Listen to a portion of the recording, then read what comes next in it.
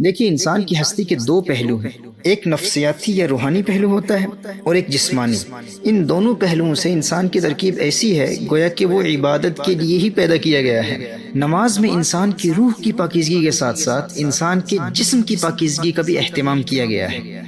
اسی لیے نماز شروع کرنے سے پہلے انسان کے لیے نہ صرف روحانی طور پر تیاری ضروری ہوتی ہے بلکہ جسمانی طور پر بھی تیار ہونا ضروری ہوتا ہے۔ اب یہ جسمانی تیاری دو قسم پر منقسم ہوتی ہے، ایک جسم کی طہارت ہے اور دوسرا زینت اختیار کرنا، اور اس کا حکم اللہ جل وعلا نے قرآن کریم میں ارشاد فرمایا ہے۔ So it's important that we prepare ourselves before the prayer spiritually and physically, and this physical preparation then divides into two types. The first type is purification of the body, and the second is the beautification of the body. To beautify the body, adornment, zina. تو نماز کے لیے یہ جسمانی تیاری دو قسم کی ہوتی ہے، ایک جسم کی طہارت اور دوسرا زینت اختیار کرنا، اچھا لباس پہننا، عمدہ لباس پہننا، پسندیدہ لباس پہننا۔ اب ہمارے ہاں ایک عجیب جاہلانہ تصور پایا جاتا ہے کہ جن لوگوں کے پاس اچھا اور خوبصورت لباس ہوتا بھی ہے وہ بھی جب اللہ جل وعلا کی عبادت کے لیے کھڑے ہوتے ہیں تو اپنا پسندیدہ لباس نہیں پہنتے۔ اپنا پسندیدہ لباس دنیاوی پارٹیز کے لیے، شادیوں کے لیے، اہم پروگرامز کے لیے، کسی کنونشن یا کانفرنس کے لیے یا کسی اہم شخصیت سے ملاقات اور میٹنگ کے لیے علیحدہ رکھتے ہیں، اور جب خلاق کائنات، پروردگار عالم، محبوب حقیقی سے ملاقات کا وقت آتا ہے، اللہ جل وعلا سے ون ٹو ون میٹنگ کا، ایک پرائیویٹ کنورسیشن کا وقت آتا ہے، جب نماز کا وقت آتا ہے تو اپنے پسندیدہ لباس کے بجائے جو بغیر استری کیے ہوئے پرانے کپڑے سامنے آگے پہن کر نماز ادا کر لیتے ہیں۔ اور کچھ نادان دوست تو سمجھتے ہیں کہ نماز میں عمدہ اور خوبصورت لباس نہ پہننا ہی گویا کہ دین کا حصہ ہے، جبکہ اللہ جل وعلا قرآن کریم میں ارشاد فرماتا ہے، سورہ اعراف میں ارشاد فرمایا، یا بنی آدم خذوا زینتکم عند کل مسجد۔ اے بنی آدم، اے اولاد آدم، جب اللہ جل وعلا کی بارگاہ میں حاضری کا شرف حاصل کرو، جب اللہ جل وعلا کے گھر میں جاؤ، جب اللہ جل وعلا سے ملاقات کے لیے جاؤ، جب نماز کا ارادہ کرو تو زیب و زینت اختیار کرو۔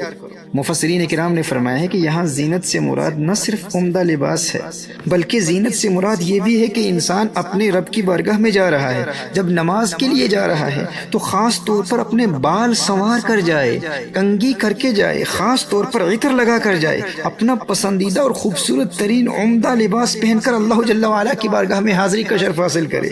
نماز کو نبی کریم صلی اللہ علیہ وآلہ وسلم نے مناجات سے تعبیر کیا ہے۔ یہ تو ایک عبد اور معبود کے مابین ایک پرائیویٹ میٹنگ ہے، ایک ون ٹو ون کنورسیشن ہے۔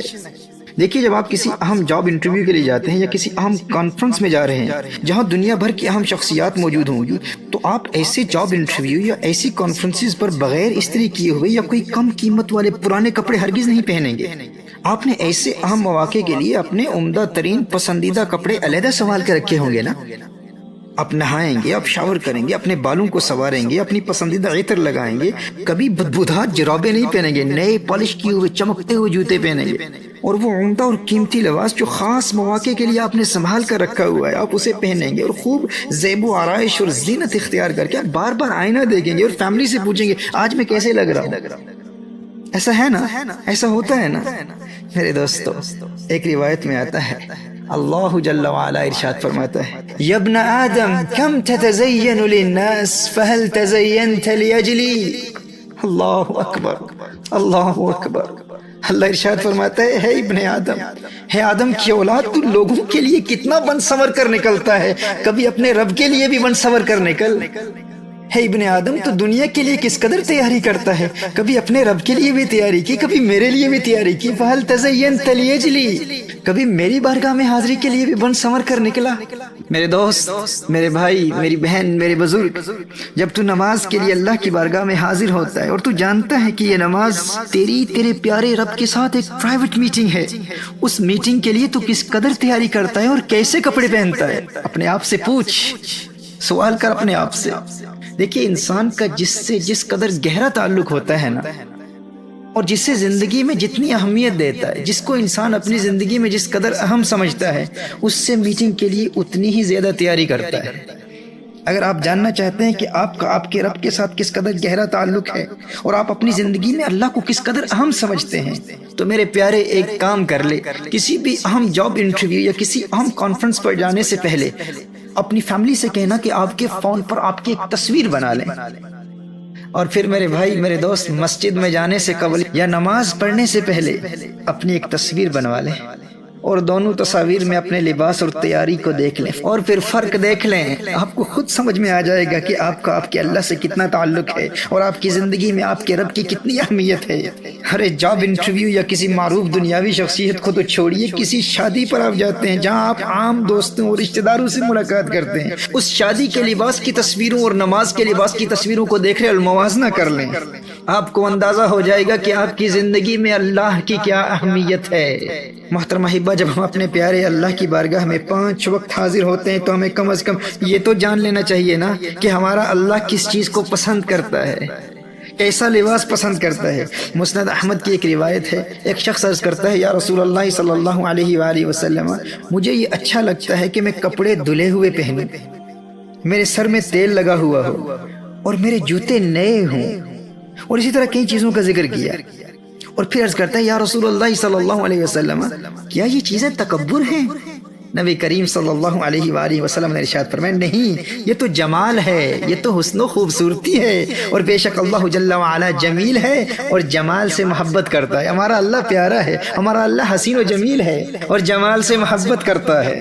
اللہ اکبر۔ اچھا، یہاں اس بات کی بھی وضاحت کر دوں کہ کچھ نادان علماء اپنے بیانات میں، لیکچرز میں یا کتابوں میں بھی اس حدیث کا ترجمہ کرتے ہوئے کہتے ہیں کہ اللہ خوبصورت ہے اور خوبصورتی کو پسند کرتا ہے۔ یاد رکھیے، اللہ کو خوبصورت نہیں کہا جائے گا۔ کیوں؟ کیونکہ اللہ جل وعلا صورت سے پاک ہے۔ اللہ کو خوبصورت نہیں کہتے، اللہ کو حسین و جمیل کہتے ہیں۔ وہ حسن والا ہے، جمال والا ہے، وہ حسین و جمیل ہے۔ تو نبی کریم صلی اللہ علیہ وآلہ وسلم نے ارشاد فرمایا، بے شک اللہ جمیل ہے اور جمال سے محبت کرتا ہے، لیکن تکبر حق کا انکار کرنا ہے اور لوگوں کو حقیر جاننا ہے۔ اگر کوئی شخص اچھا اور قیمتی لباس پہن کر لوگوں کی تحقیر کرتا ہے، لوگوں کی تذلیل کرتا ہے اور اپنے آپ کو برتر ثابت کرنے کے لیے لوگوں کی توہین کرتا ہے، تو ایسے شخص کے لیے قیمتی لباس پہننا جائز نہیں ہے، کیونکہ وہ متکبر ہے۔ لیکن اگر کوئی اپنے آپ کو ان بری خصلتوں سے محفوظ رکھتے ہوئے اللہ جل وعلا کی نعمتوں کے اظہار کے لیے اچھا لباس پہنتا ہے، تو نبی کریم صلی اللہ علیہ وسلم نے ارشاد فرمایا، اللہ جمیل ہے اور جمال کو پسند کرتا ہے۔ سبحان اللہ۔ اور سنن ترمذی کی ایک پیاری حدیث ہے، میرے آقا صلی اللہ علیہ وآلہ وسلم نے ارشاد فرمایا، اللہ جل وعلا یہ پسند کرتا ہے کہ وہ اپنے بندے پر اپنی نعمت کا اثر دیکھے۔ سبحان اللہ۔ اور اس موقع پر یہ حدیث بھی ذہن میں آ رہی ہے کہ اللہ جل وعلا سے ملاقات کے لیے بہترین لباس سفید لباس ہے۔ سبحان اللہ۔ قبر میں بھی اور مسجد میں بھی، جب انسان قبر میں جاتا ہے تو سفید لباس پہن کر جاتا ہے، اور مسجد میں جو لباس اللہ کو پسند ہے یا نماز کی حالت میں جو لباس اللہ جل وعلا کو سب سے زیادہ پسند ہے وہ سفید ہے۔ تو محترم احبہ، اس جاہلانہ تصور کو ختم کیجئے کہ عبادت کے دوران عمدہ لباس نہیں پہننا چاہیے۔ خذوا زینتکم عند کل مسجد، یہ قرآن کریم کی آیت ہے۔ اور دیکھیے، مصنف ابن ابی شیبہ کی ایک روایت ہے کہ محمد بن سیرین علیہ رحمہ نے فرمایا کہ حضرت تمیم نے 1000 درہم کی چادر خریدی جس کو پہن کر وہ نماز ادا کرتے تھے۔ یعنی اس قدر مہنگی چادر صرف اس لیے خریدی کہ یہ چادر پہن کر اللہ جل وعلا سے ملاقات کیا کریں گے۔ یعنی جب بھی اپنے رب سے ملاقات کروں گا تو اپنے پسندیدہ اور قیمتی لباس میں ملبوس ہو کر ملاقات کروں گا۔ بھائی، دنیا داروں سے ملتا ہوں، دنیا کے اہم شخصیات سے ملتا ہوں، تو اس وقت اپنا پسندیدہ لباس پہنتا ہوں، اور اللہ سے ملاقات کروں تو پرانے کپڑے پہنوں۔ جب ہر روز 5 وقت کی نماز ادا کرنے کا وقت آتا ہے، اپنے رب سے راز و نیاز کی باتیں کرنے کا وقت آتا ہے، اور میں جانتا ہوں میرا رب مجھے دیکھ رہا ہے اور مجھے سن رہا ہے، مجھے نظر نہیں آتا لیکن وہ تو مجھے دیکھ رہا ہے نا، تو کیوں نہ میں اپنا عمدہ لباس پہن کر اپنے رب کی بارگاہ میں حاضر ہو جاؤں۔ اور غور طلب امر یہ ہے کہ اچھا لباس آپ کی نفسیات اور آپ کے رویوں پر بھی مثبت اثرات مرتب کرتا ہے۔ دیکھیے، آپ کیجول قسم کے لباس میں ملبوس ہو کر، ٹریک سوٹ پہن کر اگر آپ کہیں بیٹھے ہوئے ہیں یا سڑک پر جا رہے ہیں تو آپ ریلیکس ماحول میں بے پرواہ ہو کر چلیں گے۔ لیکن اگر آپ کوئی عمدہ لباس پہن کر چل رہے ہوں تو آپ کے بیٹھنے کا انداز بدل جائے گا، آپ کی چال بدل جائے گی، آپ کے چلنے کا طریقہ بدل جائے گا، آپ کی باڈی لینگویج بدل جائے گی۔ آپ محسوس کریں گے کہ اس قیمتی اور مہذب لباس کا تقاضا یہ ہے کہ آپ کا بیہیویئر بھی انتہائی خوبصورت اور مہذب ہونا چاہیے، اور وہ مہذب لباس آپ کے رویوں میں بھی سنجیدگی پیدا کرے گا۔ اور اس حالت میں جب آپ نماز میں کھڑے ہوں گے تو آپ محسوس کریں گے کہ آپ کی خارجی کیفیت آپ کی باطنی کیفیات پر بھی اثر انداز ہو رہی ہے۔ خارجی کیفیت آپ کے باطن میں بھی انہماک قلب اور سنجیدگی کے اثرات مرتب کر رہی ہے۔ یہ ایک نیچرل چیز ہے، یہ ایک نیچرل فینومینا ہے۔ آپ کا اچھا لباس آپ کے رویوں پر بھی مثبت اثرات مرتب کرتا ہے، آپ کا بیہیویئر بدل جاتا ہے، آپ کی باڈی لینگویج بدل جاتی ہے۔ لیکن جیسے میں نے پہلے کہا تھا کہ یہ اسی کے لیے ہے جسے اس بات کا یقین ہو کہ میرا رب موجود بھی ہے اور مجھے دیکھ بھی رہا ہے، مجھے سن بھی رہا ہے۔ جیسے کوئی اسکائپ پر بیٹھا ہوا ہے اور کسی سے باتیں کر رہا ہے، لیکن جس سے وہ باتیں کر رہا ہے وہ نظر بھی نہیں آ رہا اور اس کی آواز بھی اسے سنائی نہیں دے رہی، لیکن اسکائپ کی اس جانب سے باتیں کرنے والا یہ یقین رکھتا ہے اور اسے اعتقاد جازم حاصل ہے کہ اس جانب کوئی موجود ہے، دیکھ بھی رہا ہے اور سن بھی رہا ہے۔ لیکن جسے اس بات کا یقین ہی نہیں کہ کوئی اس جانب موجود بھی ہے یا نہیں، دیکھ رہا ہے یا نہیں، سن رہا ہے یا نہیں، مجھے فرق نہیں پڑتا بھائی، میں تو اس طرف سے باتیں کر رہا ہوں، مجھے اس بات کا کیا فرق پڑتا ہے ادھر کوئی ہو یا نہ ہو، میں تو باتیں کر رہا ہوں نا، اور میں وقتاً فوقتاً باتیں کرتا رہوں گا، اور اس سے اس بات کا یقین ہی نہیں ہے کہ اس جانب کوئی ہے بھی یا نہیں۔ تو بتائیے ایسے شخص کی باتوں کی کیا مقصدیت اور معنویت باقی رہتی ہے؟ اور وہ جب اس بے یقینی کے عالم میں باتیں کرے گا تو اس سے کس قدر قلبی حضوری حاصل ہوگی، اور کس محبت سے بات کرے گا جب اسے یقین ہی نہیں ہے کہ ادھر کوئی ہے بھی یا نہیں۔ آپ بات سمجھ رہے ہیں نا میرے دوستو؟ جب اسے اس بات کا یقین ہی نہیں کہ کوئی اس جانب سے اسے دیکھ رہا ہے، وہ نظر نہیں آتا لیکن وہ دیکھ رہا ہے، تو پھر وہ کیوں اچھے کپڑے پہنے گا بھائی؟ وہ کیوں عمدہ اور قیمتی لباس میں ملبوس ہو کر بیٹھے گا؟ لیکن جسے اس بات کا یقین ہو، وہ دیکھ بھی رہا ہے، وہ سن بھی رہا ہے، وہ خلاق کائنات ہے، وہ پروردگار عالم ہے، وہ مجھ سے محبت بھی کرتا ہے، اور جس پیار بھرے لہجے میں اس سے باتیں کر رہا ہوں وہ میری باتیں اسی پیار سے سن بھی رہا ہے، اسی پیار سے مجھے دیکھ بھی رہا ہے۔ جسے اس بات کا یقین ہو، پھر وہ پیارے کپڑے پہن کر اس رب کی بارگاہ میں حاضر ہوگا، وہ مکمل تیاری کے ساتھ اس رب کی بارگاہ میں حاضری کا شرف حاصل کرے گا۔ اور عبادت کے لیے میرے آقا صلی اللہ علیہ وآلہ وسلم نے یہی حکم دیا ہے نا کہ اس بارگاہ کے ادب کا تقاضا یہ ہے کہ تم اس بارگاہ میں حاضری کا شرف یوں حاصل کرو گویا کہ تم اسے دیکھ رہے ہو، اور اگر یہ کیفیت حاصل نہیں کر پاتے تو کم از کم یہ یقین تو ضروری ہے کہ وہ مجھے دیکھ رہا ہے، وہ نظر تو نہیں آتا لیکن موجود بھی ہے، وہ دیکھ بھی رہا ہے اور سن بھی رہا ہے۔ اللہ اکبر۔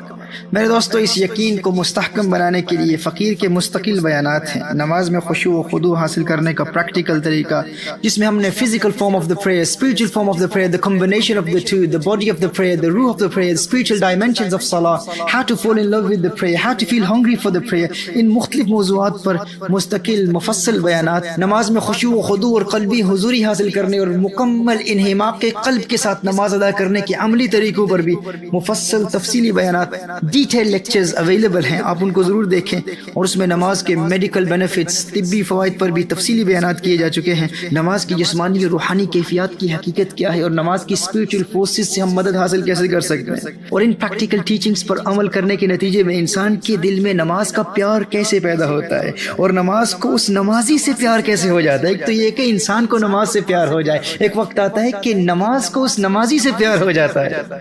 یہاں تک کہ پھر فجر کے وقت کسی الارم کلاک کی ضرورت پیش نہیں آتی، نماز خود نمازی کو جگانے کے لیے آتی ہے، نماز خود نمازی کو بیدار کرتی ہے۔ یہ کیفیات کیسے حاصل ہوتی ہیں؟ اور جس طرح انسان کو کھانا کھائے بغیر نیند نہیں آتی، اسی طرح انسان کو ہر روز 5 وقت نماز کی بھوک لگتی ہے۔ اور جس شخص کو یہ ذائقہ زندگی میں ایک مرتبہ مل جائے، جس شخص کو نماز کی یہ لذت ایک مرتبہ میسر آ جائے اور نماز کی اسپرچوالٹی تک رسائی حاصل ہو جائے، پھر میرے دوستو ایسے شخص کو بے نمازی کی سزائیں سنا سنا کر ڈرا ڈرا کر نمازی بنانے کی ضرورت نہیں رہتی۔ اسے نماز کی اس قدر بھوک اور پیاس محسوس ہوتی ہے کہ پھر نماز کے بغیر اس کی آنکھ لگتی ہی نہیں۔ اور الحمدللہ ان پریکٹیکل عملی نکات پر عمل کر کے آج دنیا میں ہزاروں نوجوان اور بزرگ فائدہ حاصل کر رہے ہیں، اور وہ بیانات آپ ضرور سنیے گا، کیونکہ ہم نے مسجدیں تو بہت بنا لی نا، مسجدیں بہت تعمیر ہو چکی، اور کسی حد تک مسجدوں میں نمازی بھی آ ہی جاتے ہیں، لیکن وہ نماز جو انسان کے دل کی دنیا آباد کر دے، انسان کے دل میں ایک انقلاب برپا کر دے، وہ نماز کون سی ہے؟ اقبال نے اسی نماز کے متعلق بیان کیا ہے نا، نماز پڑھنے والے تو بہت ہیں، لیکن وہ سجدہ جو انسان کی باطنی کیفیات کو بدل ڈالے، انسان کے باطن کو پاک کر دے، وہ سجدہ کیسے ملے؟ کہا نمازی تو بہت مل جاتے ہیں، لیکن اس سجدے کا طریقہ آج تک ہم نے نہیں سیکھا۔ مسجد تو بنا دی شبر میں ایمان کی حرارت والوں نے، من اپنا پرانا پاپی تھا برسوں سے نمازی بن نہ سکا، کیا خوب امیر فیصل کو سنوسی نے پیغام دیا، تو نام و نسب کا حجازی ہے پر دل کا حجازی بن نہ سکا، تر آنکھیں تو ہو جاتی ہیں پر کیا لذت اس رونے میں، جب خون جگر کی آمیزش سے اشک پیازی بن نہ سکا، اقبال بڑا اپتیشک ہے من باتوں میں موہ لیتا ہے، گفتار کا یہ غازی تو بنا کردار کا غازی بن نہ سکا، گفتار کا یہ غازی تو بنا کردار کا غازی بن نہ سکا۔